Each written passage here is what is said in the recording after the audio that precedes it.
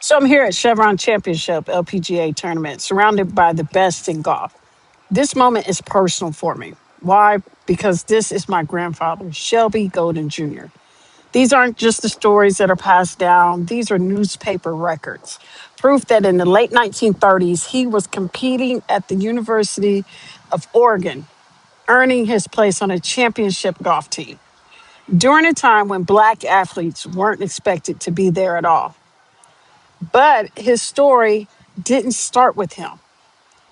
His older half brother, Charles Williams Sr., had already broken barriers at the University of Oregon a decade earlier, becoming one of the first African American football players at the university in 1927. That impact helped open the door, and my grandfather, Shelby, walked through it, becoming the first African American golfer at the University of Oregon. He came up in an era alongside names like Mac Robinson, an Olympian, the brother of Jackie Robinson, who also raced against Jesse Owens. All a part of a generation pushing against the limits in real time.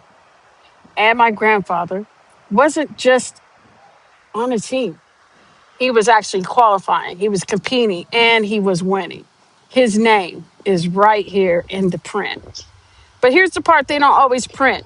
Even with that success, he didn't have access to the professional level. The PGA Tour wasn't open to him. At best, he could have been, or they offered him to be a caddy, but he declined. So instead of that, he built something else. He went on to work and retire for the U.S. Postal Service, but more importantly, he helped create access. He became one of the founders of the Leisure Hour Golf Club, one of the oldest African American golf clubs west of the Mississippi, built so that Black golfers would have a place to play, to compete, and also to belong. And what is powerful? The powerful part of this is that he wasn't just living through it, he was thinking about it. And at just 18 years old, he was already writing about access, opportunity, and navigating spaces that weren't built for him.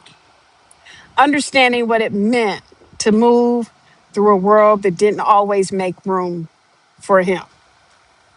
So now here am I, and I am here with Prairie View A&M University. 23 mass communication majors plus some engineering and others, an HBCU media team covering this tournament at a time and a space where we wouldn't even been allowed to attend. That's not just progress, that's purpose. Because I'm not just telling his story today, I'm walking in the access he helped create. With that being said, this is my daddy's daddy, his biological father. And I will say this in closing. He introduced me to the game of golf.